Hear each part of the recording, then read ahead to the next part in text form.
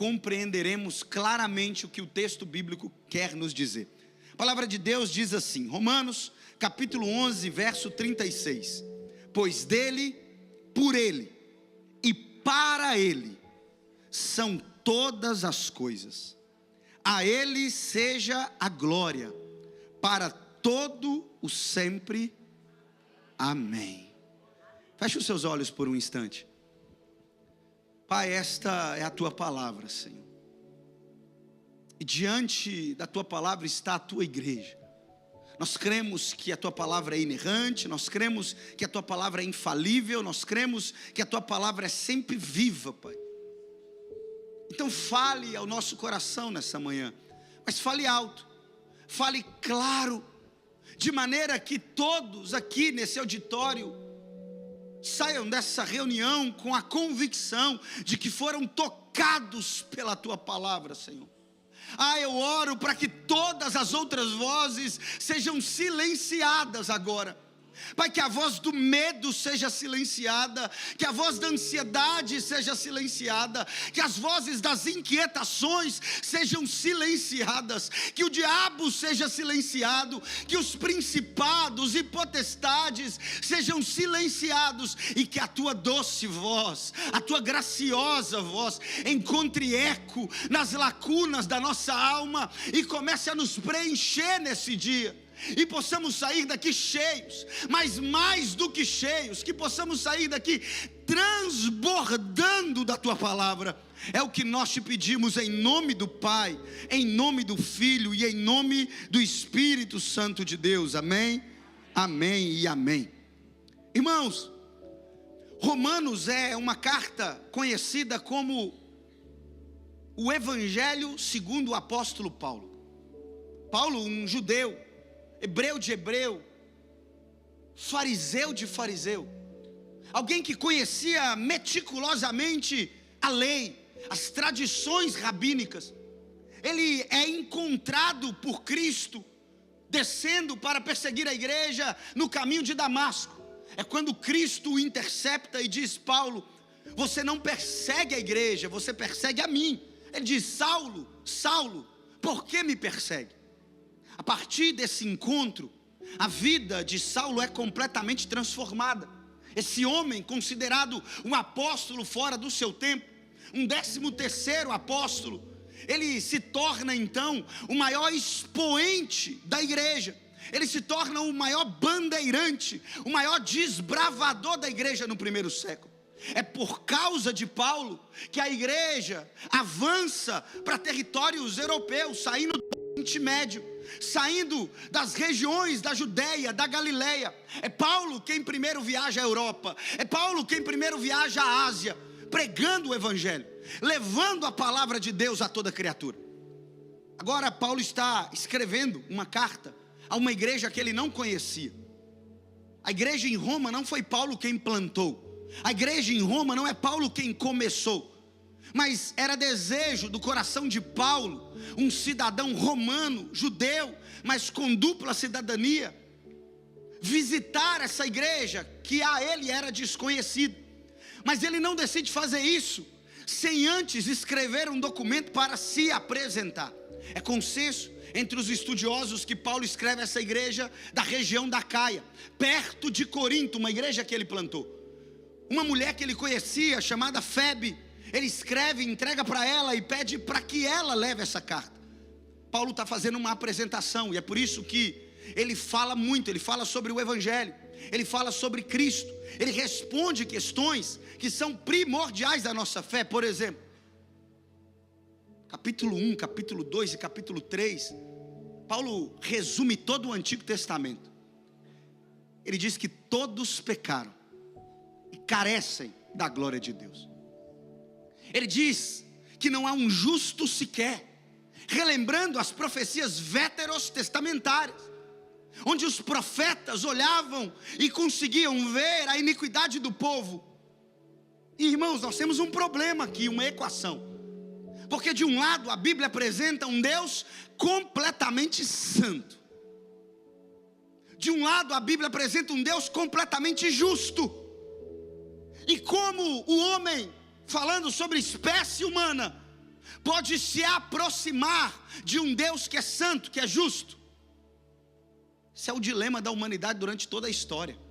Os povos mais primitivos, eles tentavam de alguma maneira se aproximar de Deus, por meio de sacrifícios, ritos, ordens, legalismos. Por exemplo, os budistas, os povos hindus, os hinduístas, acreditam que você deve abandonar a conexão com o mundo, com a rotina, com a vida, e talvez para o alto de uma montanha, ir lá subliminar a sua mente, se desligar de tudo e de todos, e talvez assim, transcendendo o mundo material, você consiga se aproximar de Deus. Os espíritas e os católicos, por exemplo, romanos, acreditam que talvez por meio da prática de boas obras, do exercício regular, de uma penitência, você consiga se aproximar de Deus, não importando talvez a motivação do coração. Mas Paulo diz que tudo isso não serve. Isaías, por exemplo, profetiza que as obras de justiça de um coração impuro é como um trapo de imundícia.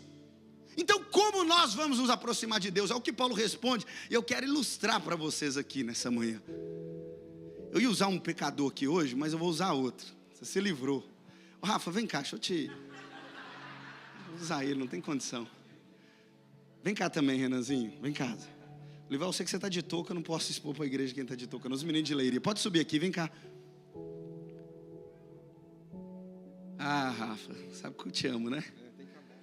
Vem cá, Renanzinho. O Renanzinho tem cara de mal. Faz cara de mal aí. Vem você também, vem cá. Só fica lá, Rafa. O Renanzinho aqui, ele vai exemplificar nesse pequeno teatro Deus o Pai. Faz uma cara de mal aí. É difícil, né? Não consegue. Fica sério, varão. Porque eu não sei se você tem a mesma impressão que eu, mas não dá a impressão de que o Deus do Antigo Testamento é um Deus mau? Que você precisa andar meticulosamente na linha, e que se desviar um pouquinho, ele vai te destruir? Não é esse o sentimento? Porque os profetas Sofonias, Zacarias, Isaías, ao contemplarem a santidade de Deus, eles são tomados de terror, de pavor. É o povo de Israel, quando vê Deus no alto do Monte Sinai manifestando a sua glória, eles veem trovões, nuvens escuras, tremores, e fala: Moisés, vai sozinho, porque a gente está com medo, nós não queremos nos aproximar de um Deus santo. E essa é a reação do homem ao ver a santidade de Deus, é não se aproximar de Deus. E se Deus está aqui, do outro lado está o pecador. Pecador acabado nos seus pecados, destruído pelas suas iniquidades. Olha o rosto opaco do pecador, sem vida.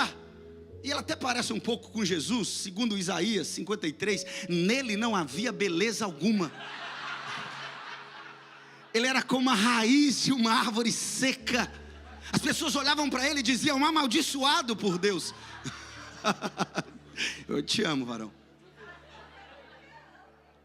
Mas aqui está o pecador que precisa se aproximar de Deus e não consegue. Ele não consegue porque Deus é santo, Deus é justo, e ele não tem justiça suficiente para ter um relacionamento equiparado, porque o pecado dele ofende a santidade de Deus. E como então o pecador se aproxima de Deus para viver um relacionamento? Essa é a questão da humanidade, irmãos.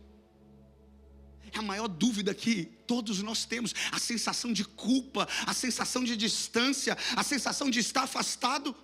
E o pecado cada vez mais nos leva para longe. Todas as vezes que ofendemos a Deus, a sensação do nosso coração é fugir. Ora, quem de nós nunca cometeu algum erro e no outro dia não dá vontade de ir na igreja? Ninguém viu você pecando, mas senta na igreja, parece que todo mundo sabe que você pecou, que você está envergonhado. E isso diante dos homens, agora imagine diante de Deus. O pecador não tem como se aproximar, ele precisa de uma intervenção. Então não é ele que movimenta, é Deus que movimenta.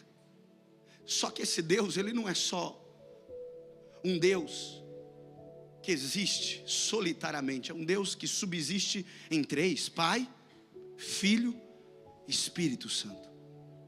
Esse Deus decide então esvaziar da sua glória em uma pessoa. Essa pessoa é a pessoa do Filho, Cristo Jesus. E aqui está o Deus invisível, que se torna visível. O Deus que é Espírito, mas que se torna carne. Ele veio em carne. O Deus dono de toda glória, que se torna um miserável.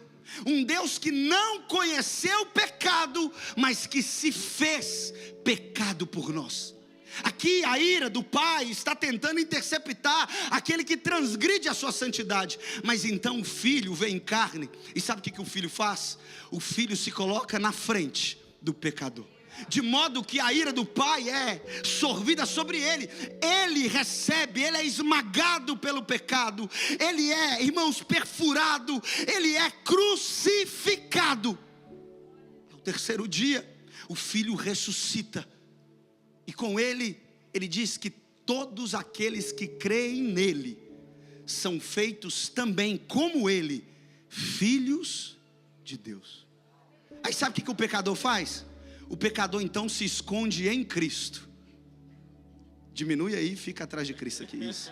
Não, mas abraça ele, eu preciso que você encosta nele, isso. E agora o Filho leva o pecador até o Pai. Vai, vem andando.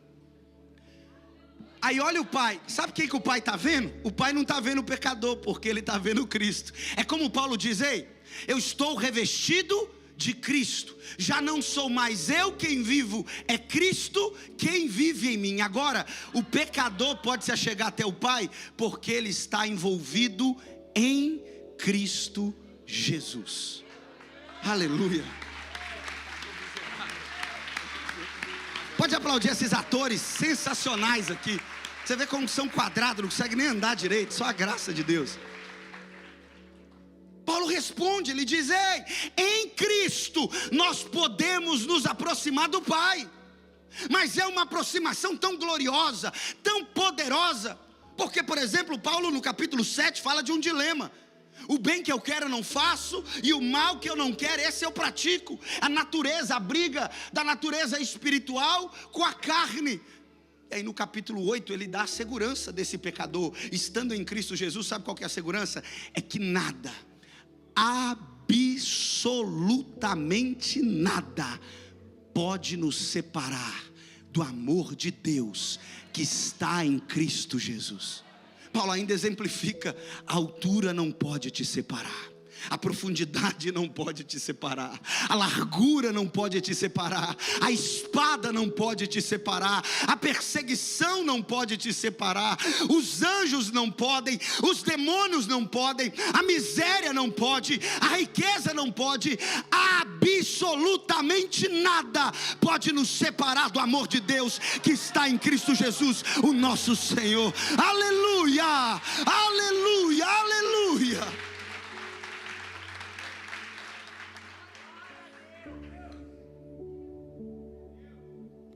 E depois de falar de tudo isso, de toda essa beleza, Paulo ainda não está chegando no final da carta, mas ele está chegando no final da sua exposição sobre o que é o Evangelho, que é o tema do nosso sermão. Irmãos, o Evangelho fala sobre o Filho, é tudo sobre Jesus. E aí Paulo termina cantando, porque assim que crente fica a vida inteira, não é verdade? Crente canta, irmão. Crente adora o tempo todo. Ele canta o que os teólogos chamam de uma doxologia, um hino da igreja primitiva, repleto de teologia.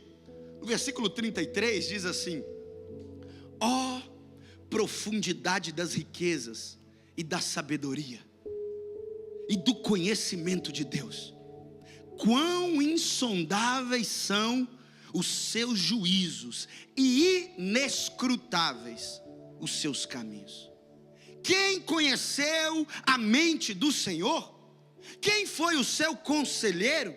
Quem primeiro lhe deu para que ele o recompense? Pois dele, por ele e para ele são todas as coisas.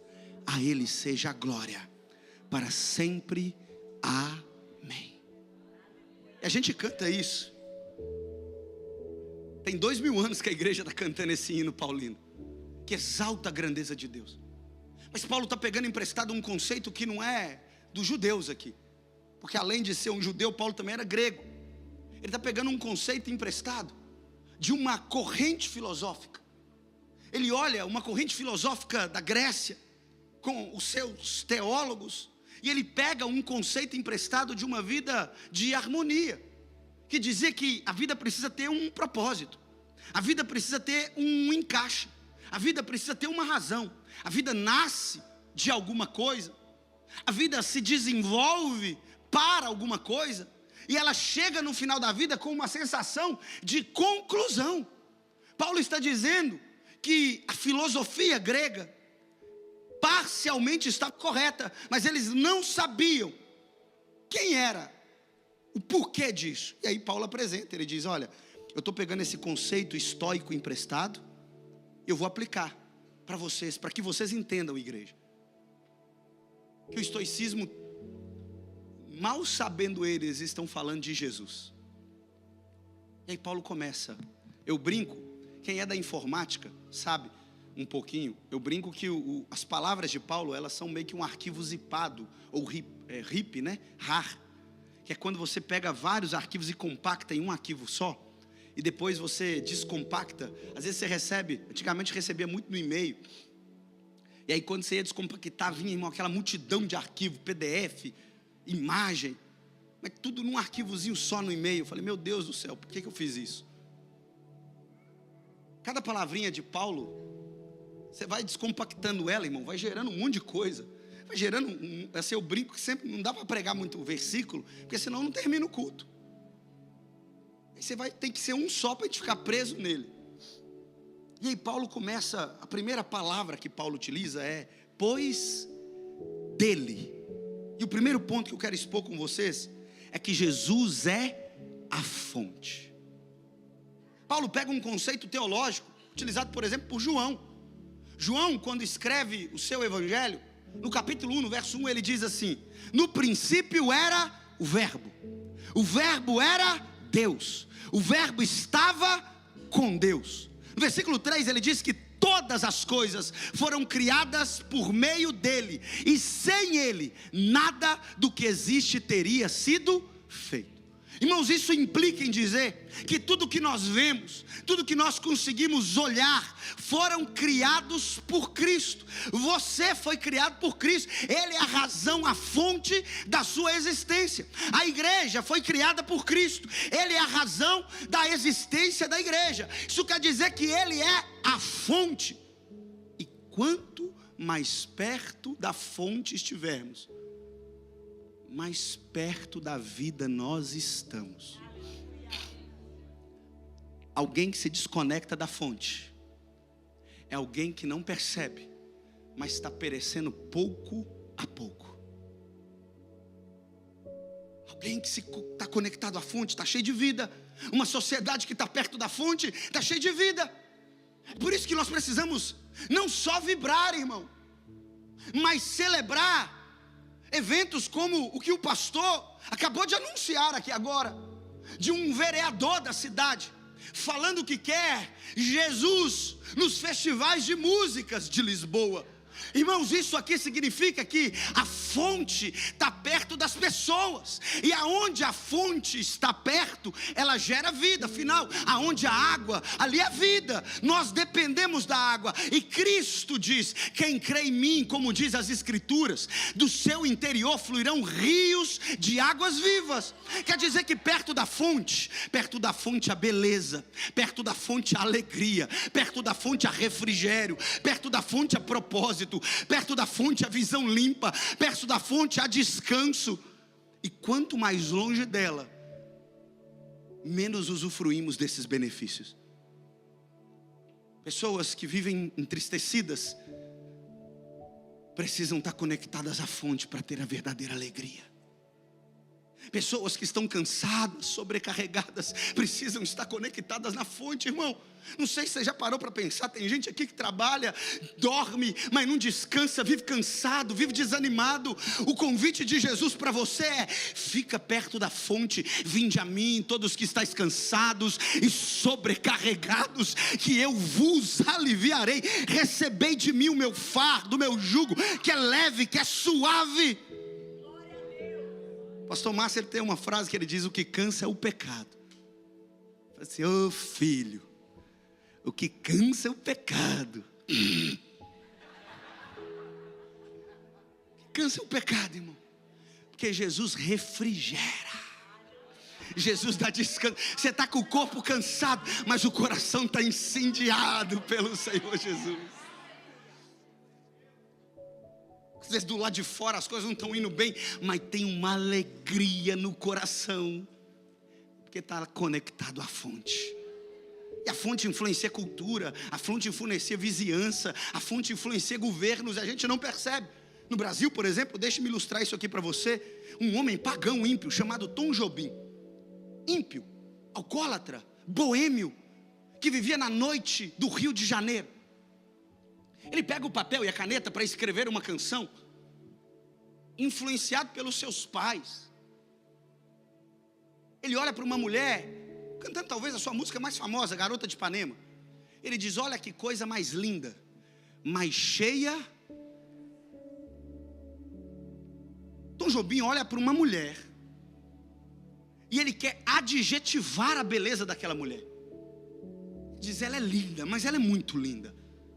Ele vai nos dicionários e no dicionário ele não encontra um adjetivo. Bela, excelsa, maravilhosa, ele não encontra. Ele vai na Barça, porque na época do Tom Jobim tinha Barça. Talvez alguns aqui não conheçam, pergunte aos seus pais. Ou jogue no Google, pai dos ignorantes.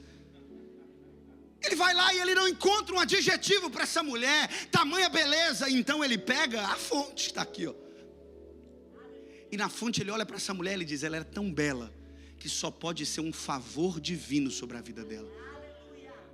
Agora, Tom Jobim não era crente e foi capaz de produzir algo belo porque estava numa cultura que estava perto da fonte. O mesmo Brasil, irmão, mas que cada dia mais se distancia da fonte. Nesse mesmo lugar, numa praia, vê uma mulher e fala: piririm, piririm, piririm, alguém ligou para mim. Quem é? Sou eu, o Bola de Fogo. Qual o sentido, qual a beleza, qual o contexto, qual a era, qual a beira? Não tem. Dá vontade de, como João, olhar para Jesus e falar: Senhor, se o Senhor quiser mandar fogo do céu agora e matar todo mundo, o Senhor pode fazer. As músicas perderam a beleza, perderam a melodia, perderam o gracejo, porque as pessoas estão se desconectando da fonte. A gente vem para a igreja hoje e as pessoas estão perdendo a alegria. As pessoas estão perdendo o sabor pela vida. Ansiedade, lágrimas. Deus está vendo o tanto que você está chorando de madrugada. Mas eu quero dizer nessa manhã que a fonte está aqui. Tem um rio de águas cristalinas disponíveis, e todos aqueles que se aproximarem desse rio, eles terão alegria farta. Jesus é a fonte da sua alegria, Jesus é a fonte do seu descanso, Jesus é a fonte do seu refrigério, Jesus é a fonte que a sua alma precisa. Vinde, bebei água da vida. Aleluia, aleluia. Mas Paulo não diz que só pôs dele, nasceu dele. Ele não é só a fonte, ele diz que por ele. Ele fala que Jesus é o propósito. Ele diz que existe um motivo para se viver. Ele diz que existe um propósito para se viver. Ele diz que a caminhada da vida, ela precisa percorrer uma vida de sentido. Ora, afinal a vida não é só dormir. A vida não é só acordar cedo, tomar o café, escovar os dentes, pegar um transporte público, ir trabalhar, se matar no trabalho, chegar em casa cansado, dormir novamente. Não, a vida não é isso. A vida não é fazer as mesmas coisas com enfado, com cansaço, sem sabor, sem alegria. Não, a vida não é isso, irmão. E talvez falar de propósito no tempo em que vivemos seja o assunto mais desafiador, porque o que existem de pessoas vazias de propósito, que olham para a vida e não conseguem encontrar prazer na vida, prazer na existência. No início desse ano eu atendi um rapaz. Ele me chamou no meu Instagram e ele falou: olha, pastor, estava durante a madrugada zapeando meu Instagram e apareceu um vídeo, eu me interessei e eu queria marcar uma conversa. Então eu marquei com ele. Falei: vamos sentar, vamos conversar. Ele é um rapaz muito jovem, 25 anos, à época. Ele falou comigo assim: pastor, não sou cristão, mas eu resolvi empreender ainda muito jovem. E os bons ventos sopraram sobre o meu empreendimento. Eu hoje, com 25 anos, dentro do meu segmento comercial, eu sou um dos 3 maiores de Belo Horizonte. Eu tenho uma família muito linda, minha esposa é maravilhosa, eu tenho 3 filhos belos. Eu moro numa boa casa, eu tenho um bom carro, eu tenho condição de todos os anos viajar para onde eu quero, fazer um planejamento. Não me falta nada, eu tenho empregados, eu pago os meus empregados em dia. Todas as noites eu dou um beijo nos meus filhos, eu beijo a minha esposa, eu me deito na cama, mas o sono não vem. Eu sinto uma falta de paz no meu coração, mas a minha conta bancária está cheia, mas eu não consigo dormir. E eu me viro, e pensamentos como: olha, se você tem tudo isso e ainda não encontrou propósito, é melhor você tirar a própria vida. Tem sido recorrente nos últimos dias. De maneira rotineira eu me pego no escritório chorando com crises inexplicáveis. Eu tenho vivido à base de remédio. Remédio para comer, remédio para dormir, remédio para humor, remédio para hormônio, remédio para disposição. E eu não sei o que está acontecendo. Isso aqui é falta de propósito, irmão. Tem tudo, mas não tem nada porque não tem Jesus. Nessa mesma sala eu atendo todos os meses um casal. Para quem conhece Belo Horizonte sabe que em frente à igreja tem uma comunidade chamada Pedreira Prado Lopes, que nós chamamos de favela. Uma família, um jovem também. Irmão, não tem o que comer. Todos os meses a igreja tendo que abençoar com o básico. São inúmeras vezes que eu tiro dinheiro meu para pagar a conta. É luz, é água, coisa básica. 7 meninos. Quase dando uma televisão para ver se para de fazer filho. Acho que eles não têm outra coisa para fazer, faz filho. Mas domingo pela manhã chega com um sorriso no rosto na igreja. Quem olha não sabe o que está passando dentro de casa. Ele fala: pastor, me dá alguma coisa porque eu quero servir hoje. Eu quero servir água, eu quero lavar o pé de alguém, eu quero viver porque Deus tem sido tão bom comigo. Ah, pastor, eu amo tanto Jesus. Eu estava sexta-feira indo para dormir, ele estava mandando mensagem: pastorzão, eu sei que o senhor está em viagem, mas deixa eu te contar um testemunho. Eu estou achando que a minha esposa está grávida do 8º filho. Eu quase mandei para ele: ó varão, misericórdia, varão. Eu não sei se eu rio ou se eu choro. Meu Deus, mas sabe o que é isso, irmão? É gente que tem propósito na vida. As coisas não estão tudo bem, mas o sorriso está no rosto, porque tem propósito. Irmão, eu não sou a pessoa mais rica do mundo, eu não tenho as melhores condições do mundo, mas todas as noites, esse joelhinho aqui cansado, se dobra na cama e eu falo: obrigado, Jesus, porque o Senhor é o propósito da minha vida. Em paz eu me deito, em paz eu me levanto, eu tenho dedicado a vida ao propósito de Cristo, meu irmão. E talvez aos olhos humanos está te faltando muita coisa, mas eu quero te dizer que você encontrou já o bem mais precioso. O propósito da sua vida é viver por Ele, por Jesus Cristo. Irmão, é o propósito da nossa existência, por Ele que nós vivemos. Por Ele, não tem outra razão, não tem para onde fugir. Se você viver e fazer qualquer coisa, eu não estou dizendo de você ser pastor e estar aqui pregando, não, irmão. Eu estou dizendo, lá na sua faculdade, por que você está estudando o que você está estudando? Você estuda por Cristo. Por que você faz o que você faz o seu trabalho? Você faz por Cristo. Por que você vive nessa família? Você vive por Cristo. Irmão, tudo tudo vai se tornar um culto pentecostal na sua vida. Você chega em casa e aí está lá aquele monte de vasilha que parece que está endemoniado. Tem tanto óleo. E deixa eu te falar, lá em casa a vasilha é minha. Eu sou o responsável pela louça lá de casa. Eu vou lavar a vasilha, a minha esposa é fiscal. E o varão, ó, ajuda na vasilha aí, varão. Dá uma moral para a esposa. E aí eu chego em casa, às vezes irmão, termino de lavar. A minha esposa chega e passa o dedo assim, ó. Você lavou? Possível. O que ela vê que eu acho que minha mão tem gordura na minha mão, não é possível. Que eu não consigo perceber que tem. Mas irmão, chego lá e aí de manhã eu acordo, aí eu faço meu devocional, aí vou lá preparar um cafezinho, e aí eu olho, a vasilha está lá. Aí eu chego, você vai lavar a vasilha.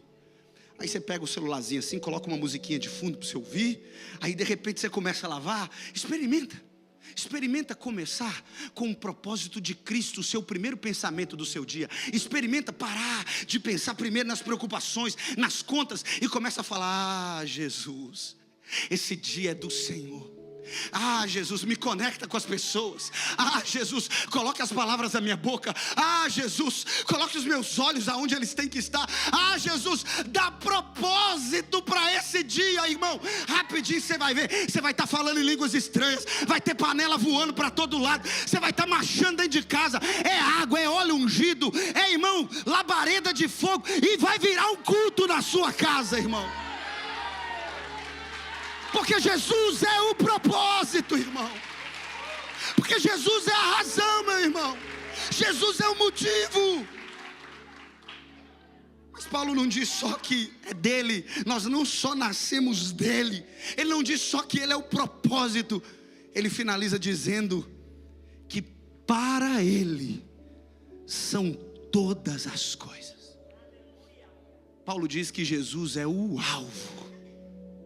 A gente está aqui, ó, pezinho na terra, mas você está olhando fito para a eternidade. Estou aqui pregando para vocês, mas sabe qual que é o desejo do meu coração? É que Jesus voltasse agora. Eu estou morrendo de saudade da minha esposa, estou morrendo de saudade da minha filha. Chegava a amassar ela, mas essa saudade não se compara com a saudade que eu tenho de Jesus. Irmão, eu nunca vi ele. O máximo que eu vi foi talvez no The Chosen, A Paixão de Cristo, de Mel Gibson. Eu nunca vi. Eu nunca pude tocar em Jesus. Nunca pude. O máximo que eu tive dele é uma sensação firme de que ele está presente, como hoje. Eu tenho uma firme convicção que ele está nesse lugar. Eu tenho uma firme convicção que ele está perto de cada um de nós aqui. O máximo. Irmão, mas você não tem noção do quanto eu anseio por encontrar. O quanto eu cheio de chegar um dia. E esse dia breve veio. Que eu quero olhar alguém, olhar para os olhos dele e falar: mas parece com os olhos que tem chama de fogo. De olhar para o rosto e não conseguir olhar para o rosto direito, porque falar: parece o sol do meio-dia. Olhar para o cabelo e dizer: mas que cabelo branco como a neve. De olhar para a roupa e falar: que roupas limpas. Olhar para o pé e falar: o pé dele está brilhando como bronze polido. Perceber que na coxa dele está escrito: Rei dos reis, Senhor dos senhores. Olhar para ele e dizer: é do jeitinho que eu li na minha Bíblia, é do jeitinho que eu imaginava. Jesus, o sonho, o alvo da minha vida, irmão. Eu estou vivendo aqui, mas os meus olhos estão na eternidade, porque eu desejo me encontrar com aquele que era, com aquele que é, com aquele que há de vir. Eu desejo encontrar com o Alfa, eu desejo encontrar com o Ômega, eu desejo encontrar com o princípio, eu desejo encontrar com o fim, eu desejo encontrar com o leão da tribo de Judá. Eu desejo encontrar com a raiz de Davi. Eu desejo encontrar com o desejado das nações, o príncipe da paz, o Filho de Deus, o Verbo que se fez carne e habitou entre nós. Eu desejo encontrar com ele, irmão. tem vida mais prazerosa do que essa. Paulo sabia do que ele estava falando, porque é Paulo que talvez aos olhos humanos não tinha motivo nenhum para ter sorriso no rosto e para ter esperança. Talvez você está aqui nessa manhã e falta-te um pouco de sorriso. Quem está roubando a sua alegria? Por que as preocupações da segunda-feira estão com você hoje, nesse domingo, roubando sua alegria? Pastor, mas o senhor não sabe como é que está meu casamento, o senhor não sabe como é que estão minhas finanças, o senhor não sabe como é que estão as questões da minha imigração, o senhor não sabe os desafios que eu tenho na minha saúde. Quem está roubando a sua paz? Quem é o ladrão que está trancafiando você nessas cavernas? Ei, irmão, Jesus está te chamando. Vem para perto da fonte. Deixa eu colocar sorriso na sua alma, deixa eu preencher sua existência. E para de ficar com os olhos fitos aqui agora e olha para a eternidade. Porque é Paulo que está no final da vida, que está para ser morto, sacrificado, uma espada descer na sua garganta, e eu tenho certeza que nenhum de nós está nessa situação. É Paulo, um velho, idoso, condenado à morte, que pega pela última vez um papel e uma caneta e vai escrever, uma pena e um pergaminho e vai escrever para um jovem pastor de uma igreja local, Timóteo. E ele fala: Timóteo, não desanima não, Timóteo, mantém os olhos fitos na eternidade. Olha para Jesus, Timóteo.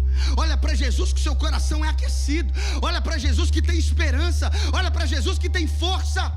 Irmão, homens nos abandonam, homens nos traem, homens falham conosco, mas Jesus revigora a nossa força. Jesus nos devolve alegria. Jesus é a razão, é o motivo. É dele, por ele, para ele são todas as coisas. É Paulo que finaliza a sua vida dizendo: quanto a mim, Timóteo, eu estou sendo derramado como uma oferta agradável diante do Senhor. Irmão, Paulo nos chama a derramar a nossa vida aos pés do Senhor, porque é para isso que você foi criado, para se derramar aos pés de Jesus. Irmão, joga os seus cacos nos pés de Jesus, porque Ele vai juntando. Deus é especialista em gente quebrada. Eu ouso dizer que não tem ninguém inteiro aqui, mas Deus está juntando pedacinho por pedacinho, para fazer um vaso de barro para a sua glória. E aí Paulo diz: ei, Timóteo, quanto a mim, que estou sendo derramado como uma oferta de libação, eu, Timóteo, eu vivi a vida que valeu a pena ser vivida. Essa vida me faz te falar: eu lutei as lutas certas, porque eu lutei as lutas pela força de Cristo. Eu combati o bom combate. E falei: Timóteo, eu andei na direção certa, eu corri a corrida que valia a pena ser corrida, enquanto os milhares de jovens estão correndo para os prazeres, para as drogas, para os seus próprios interesses. Eu completei a carreira, Timóteo. Eu corri para os braços de Cristo, o meu Senhor. Não há um pingo de arrependimento nessa corrida, porque eu olhei para Jesus desde o dia da minha conversão, Timóteo. Mas Ele diz: de tudo que eu tinha que guardar, eu não guardei o meu dinheiro, eu não guardei os meus bens, eu não guardei os meus livros, eu guardei a única coisa que podia me conectar ao Salvador. Eu guardei a fé, Timóteo. Deus está te dizendo: ei, combata o bom combate, ei, corra a corrida certa, ei, guarde a sua fé, irmão, porque no final, se permanecermos fiéis, olharemos para os olhos do Senhor e Ele dirá para nós: pode entrar, amado de meu Pai, sente-se à mesa, ceie comigo e eu cearei com você. Quantos recebem essa palavra nessa manhã? Você pode ficar de pé no seu lugar, eu quero orar por você. Oh Jesus, Jesus, Jesus, Jesus, Espírito Santo de Deus, alinha o nosso coração nessa manhã. Volte a sorrir, Jesus. Nos dê sorriso, motivação. Alinhe, Pai. Alinhe, Senhor. Que Cristo seja a razão, a origem, o propósito e o fim de todas as coisas. Oh Espírito Santo de Deus, alinhe, Senhor, alinhe, Jesus, alinhe paz, alegria, razão. Oh Oh Jesus, levante sua mão, declara essa realidade, porque dele e por ele, vamos, vamos, vamos.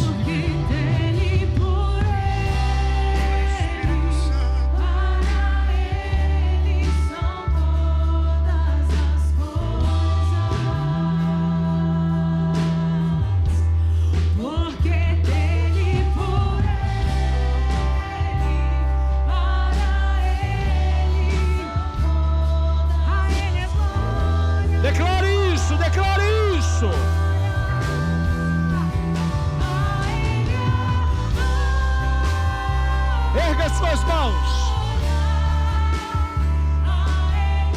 Fala para Ele.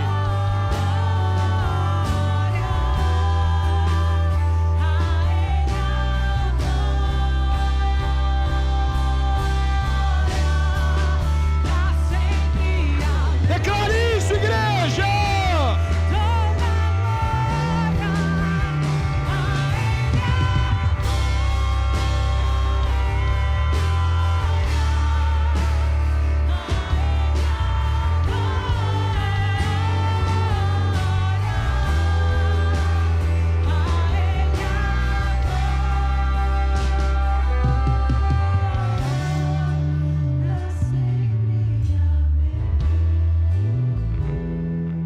Gostaria que você, com seus olhos fechados,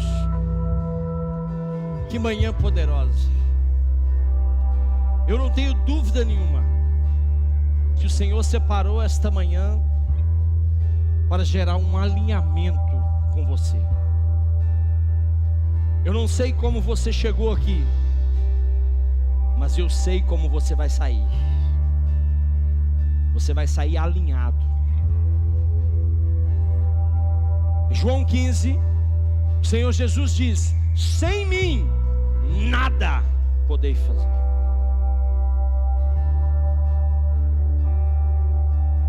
E nesta manhã eu não poderei deixar você sair daqui sem lhe dar duas oportunidades. A primeira oportunidade é para você que nunca entregou a sua vida para Jesus. Você nunca falou assim: Jesus, eu o reconheço como meu único Senhor, Salvador, e hoje eu quero fazer isso.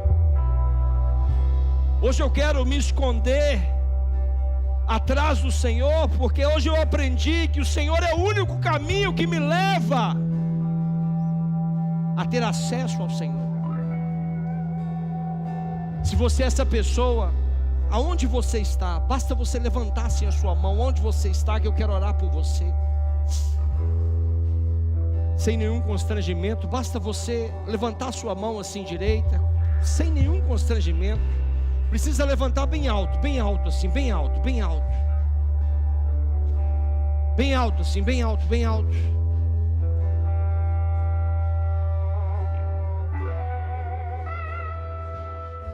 Já existem algumas mãos levantadas, mas eu preciso que a mão seja bem alta para que eu possa direcionar para orar por você. A segunda oportunidade que eu quero dar nessa manhã é para você que um dia já disse isso,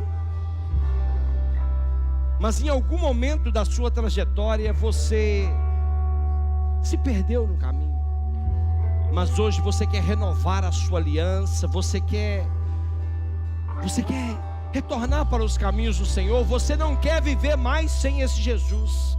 E hoje você quer falar: Senhor, eu preciso voltar ao início de tudo.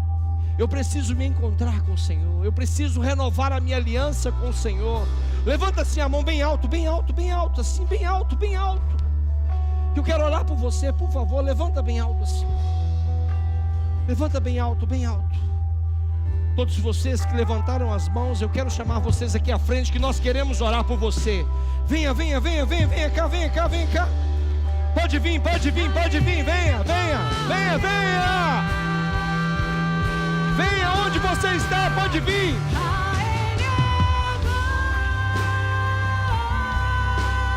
Todos vocês que levantaram as mãos,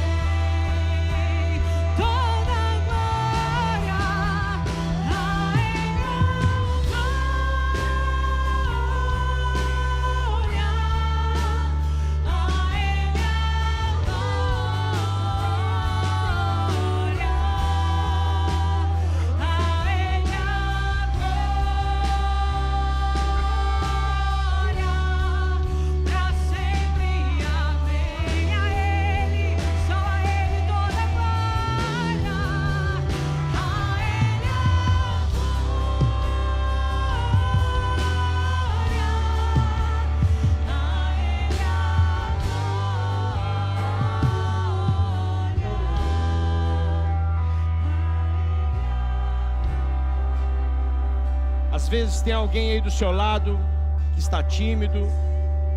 Pergunta para essa pessoa: você quer entregar a sua vida para Jesus? Se ele falar que sim, traz ele aqui à frente. Fala para ele: você quer renovar a sua aliança com Jesus? Se ele falar que sim, traz ele aqui à frente. Fala para ele que é tudo sobre Jesus.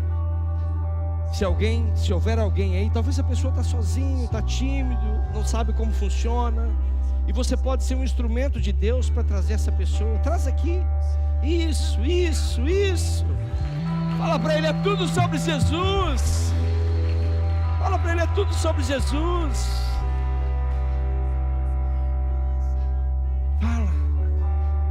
Fala para ele: você quer entregar a sua vida para o Senhor Jesus? Essa palavra fez sentido para você? Convida ele, traz ele aqui à frente, que nós queremos orar. Traz ela aqui à frente, que nós queremos orar. Amém. Se não há mais ninguém, eu queria que vocês que estão aqui à frente olhassem aqui para mim. Queria que vocês aqui estivessem à frente, olhassem aqui para mim. Muito bem. Esse é o dia mais lindo da vida de vocês. É tudo sobre Jesus.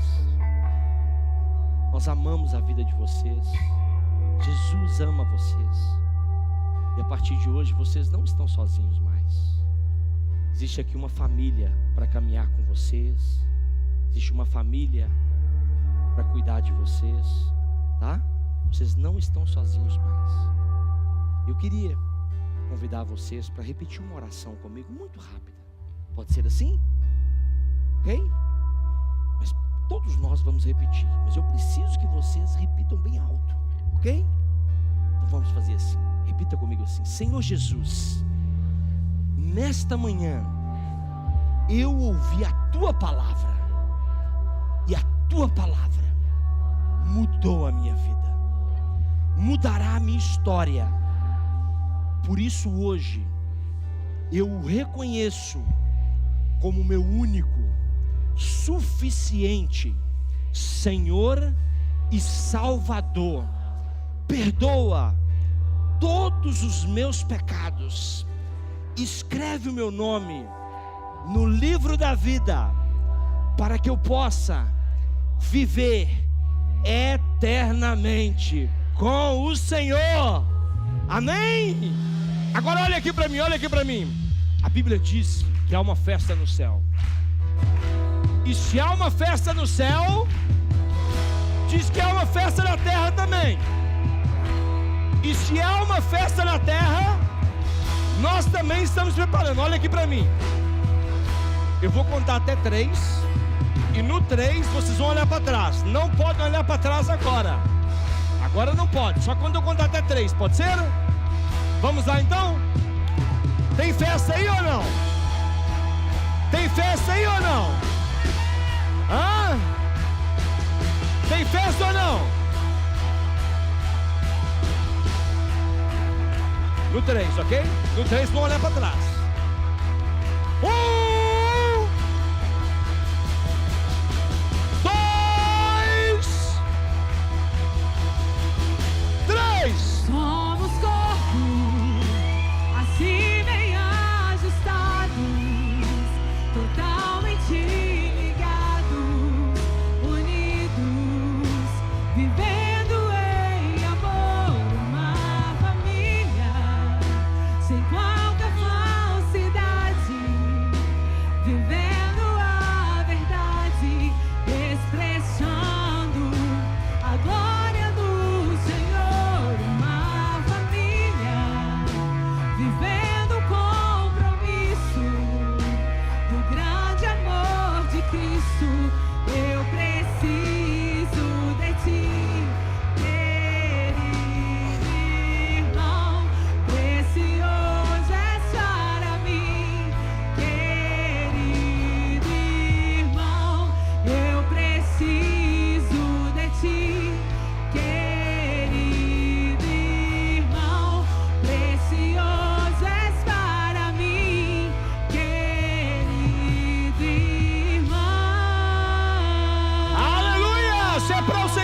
ser mais forte. Se é para o Senhor, pode ser misturado com glória a Deus, com aleluia.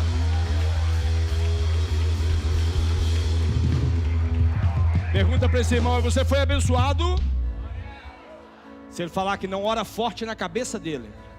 Misericórdia. Tem que orar, meu irmão. Palavra forte, abençoada. Pastor Isaías, muito obrigado por essa palavra. Palavra top, top, top, top. E eu quero te lançar um desafio.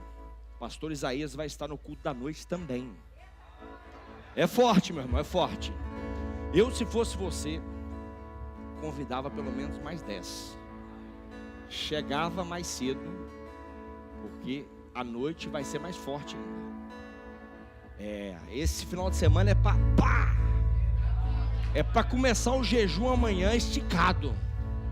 É para começar o jejum amanhã esticado. O propósito dos últimos 100 dias esticado. Então, logo à noite, o pastor Isaías também vai estar conosco. Vai ser um tempo precioso. Você que não pode, assista, a partir de casa, mas convide alguém, traga alguém com você, para que nós possamos, ter esse tempo maravilhoso. Amém? Senhor, graças nós te damos, meu Deus, por esse tempo, por esse dia, por este culto, por essa palavra, Pai, vinda direto do trono do Senhor para abençoar as nossas vidas. Leva-nos, Pai, para casa, para o conforto dos nossos lares. Que tenhamos, Pai, uma semana cheia do favor, do cuidado, do amor do Senhor. E que possamos, Pai, viver a melhor semana da nossa vida, Pai. Nós te louvamos, Pai, e te agradecemos em nome do Senhor Jesus. Amém, amém e amém. Abençoe pelo menos 10 pessoas aí do seu lado. E tenha uma ótima semana em nome do Senhor Jesus. E você que está em casa, que honra, que privilégio mais uma vez poder adorar e celebrar ao Senhor junto com você. Eu tenho a plena convicção que é tudo sobre Jesus. E eu sei que você foi muito abençoado com essa palavra. Se você entregou a sua vida para Jesus, se você renovou a sua aliança, nos procure através do telefone da paz, através do WhatsApp, para que nós possamos cuidar de você, conhecer você, caminhar junto com você e poder abençoar a sua vida. Logo mais às 19 horas nós teremos o nosso terceiro culto para que possamos adorar ao Senhor. Pastor Isaías também vai estar conosco para que o nome do Senhor seja exaltado e glorificado. Eu espero por você, pela sua casa e pela sua família. Que Deus abençoe você e a sua semana em nome de Jesus.